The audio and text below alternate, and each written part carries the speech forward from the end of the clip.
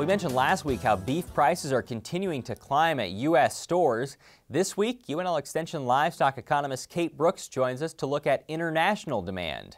From January through September, the U.S. exported more than 1.9 billion pounds of beef and veal. That's ahead of last year's pace. Japan has been the biggest buyer, taking more than 500 million pounds, with Mexico second, importing more than 335 million pounds. As live cattle are currently about 30% more expensive than a year ago, we started our interview by asking Kate why it was important to watch U.S. beef trade for possible disruptions. You know, as we talk about high prices, there's two markets basically for our product. You know, one is domestic product and the other is international product. So any type of trade disruptions, as much of our product that is going into those external markets could cause direct implications on our prices. Tell me about the impact that BSE had in 2003 to beef trade. You know, trade was continuing to rise. We continued to export more and more product. As we got to 2003, it was December 2003 where a lot of the market shut off when we had that BSE outbreak. We lost 83% of our export market, and that had a big impact on prices. So any type of disruption like that directly impacts producers. Since then, what has the beef industry done to regrow that? You know, we've continued to, start opening more and more markets. You know, the big ones, Japan. Japan's finally back to pre-BSE levels and beyond. They had originally opened up to 20 months of age. In February 2013, they opened up to 30 months of age, and so we saw a huge demand there for U.S. beef products, and so we saw that surge in our export market.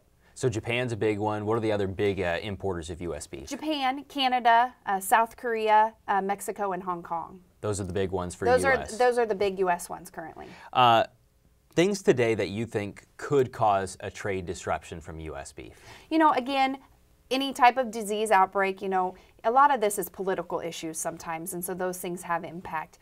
We saw Russia, some of those issues with, the growth hormones. The growth hormones, and so any type of hormone issue where, maybe they're looking at some food safety issues, whether or not it's scientifically based or not, they can have those disruptions.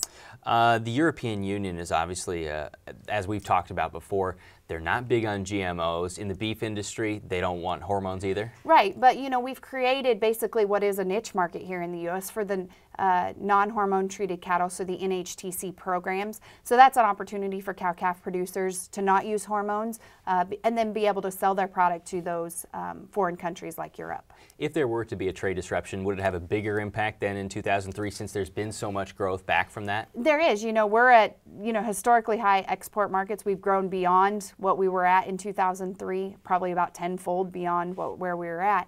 And so, a big disruption, something huge like BSE again, or similar type disease could cause big impacts here to the U.S. I guess more apparent short term, what are some things that people can look at to see about demand, so strength of the dollar, economies in other nations, things like that? Yeah, as we look at, our demand, things besides political issues, besides government issues, the economy is a big one. If they're continuing to grow, then they have increased demand potentially. We know as countries become more developed, the demand for protein products continues to grow. But as some countries enter recessions, that's where we start to see issues just because people can't afford those products. What are some ways that the U.S. beef industry has diversified itself or put safeguards in place that would catch a fall? We're not exporting just to one country. We export to Japan, Canada, Mexico, and the list goes on. And so,